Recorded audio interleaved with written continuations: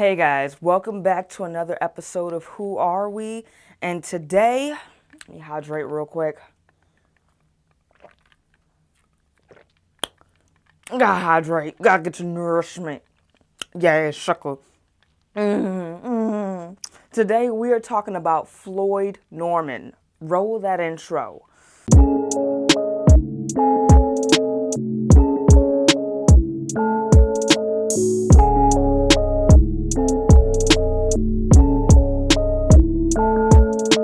Floyd E. Norman, born June 22nd, 1939 in Santa Barbara, California. So, he was already born in a cool, creative, innovative place. So, all that creative energy just came to him as soon as he was born. Probably even before he was born, just because his family's in California, Anyways, his career began in high school as an assistant to the cartoon artist Bill Wogan.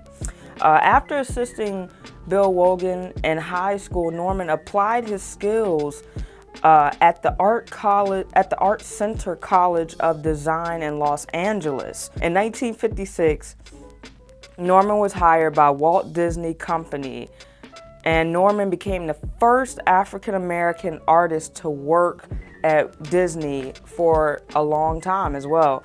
And at the age of 20, Norman took daily classes from Walt Disney's leading animators of The Nine Old Men, animation, if you guys ever saw that. He took classes up under them. And after Norman completed his classes, he worked as an assistant, as an in-betweener on the 1959 Sleeping Beauty, the cartoon movie that we all know, the imagery that's referenced, he worked on that.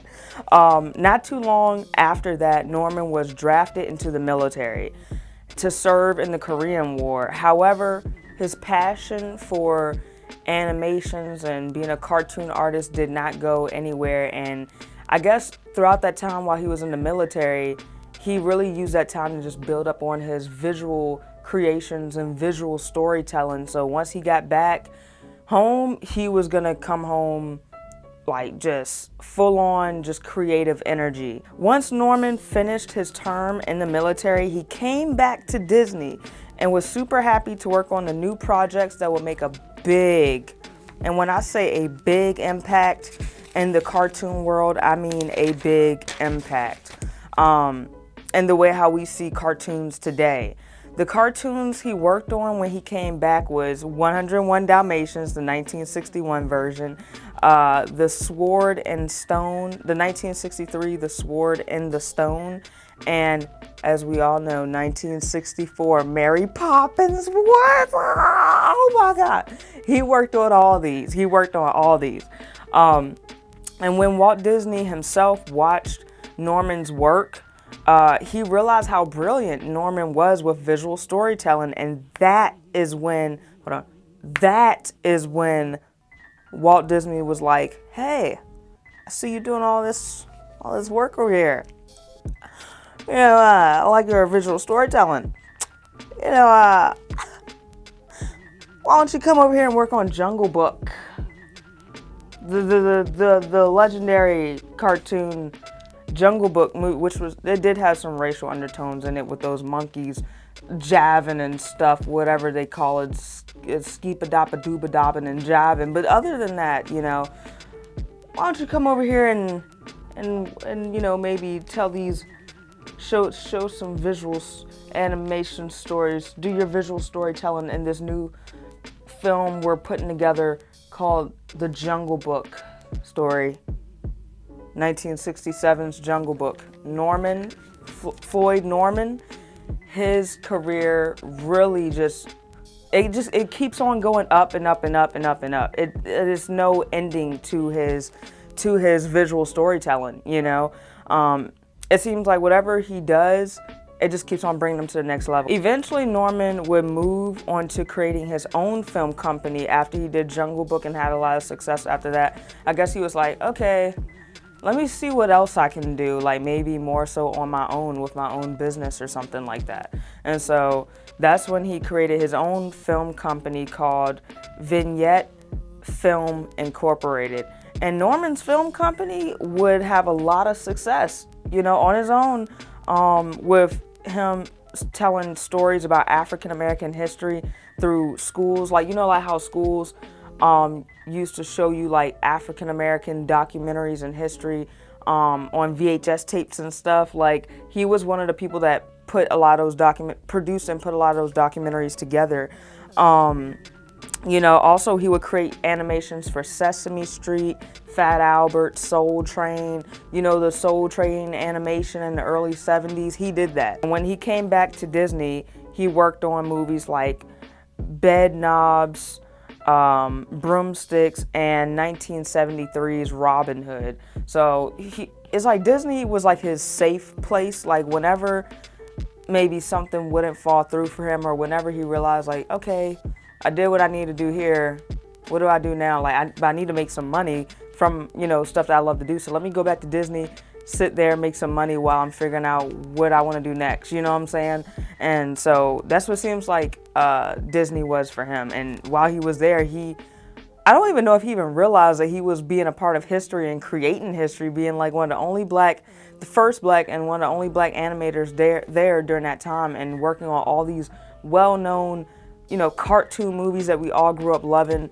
And just, I don't even know if he realized that he was making history back then. I mean, probably now he does, but back then he was probably just like living in the moment, just like, well, let me just do this until I just figure out what I'm gonna do next. You know what I'm saying? Anyways, around the early 70s, Saturday morning cartoons, that would become a big hit, and with him noticing that, he was like, okay, I'm an animator, I'm a cartoon artist, and cartoons are really starting to become popular through a certain company other than Disney. And so let me see what I can do let me see some creative things I can do at this other company. And that other company that he went to was Hanna-Barbera Company, which we all know and love. I'm a big fan of Hanna-Barbera because they got Scooby-Doo, they got Johnny Bravo, they got all that stuff. I can't think of any more. It's late at night. I can't think of all the shows, but I know it's a ton of them. But anyways, he worked on shows such as Scooby-Doo, Josie and the Pussycats, and Captain Carveman. So those ones, like, he worked on those and really let out a lot of his career. And I was like, I always knew I loved Scooby-Doo for a reason. It was because Floyd Norman was working on it. What? Anyways, in the late 90s, Norman would yet again return back to Disney, once he just ran his course with Hanna-Barbera Films, and was like, I feel like I need to go back home now. I need to go back to my I need to get grounded again. I need to go back to my roots of going to Disney and just going back, And so that's what he did. He went back to Disney in the early 90s, and he would animate another movie that I love so much, which is The Hunchback of Notre Dame, the 1996 animation film that we all know and love, okay? And also, he would animate 1998's Mulan. Okay, he did everything. He did it. Now, this is an episode. This is the end of the episode. Let me go. Okay, here we go. Man, Floyd Norman, oh my gosh. As he was working at Disney, some people was noticing his work, and they were like, wow, okay, maybe that's the guy we need. And so John Lasseter and Steve Jobs, at Pixar, called up Floyd Norman and was like, hey, we have some stuff for you to work on because we love what you did with Mulan and Hunchback of Notre Dame. Let's see. Look, can you like maybe share some of your creativity over here at Pixar? And so that's exactly what he did. And you know the animations that he worked on, the movies that we all grew up knowing and loving. He worked on Toy Story 2 and Monsters Inc.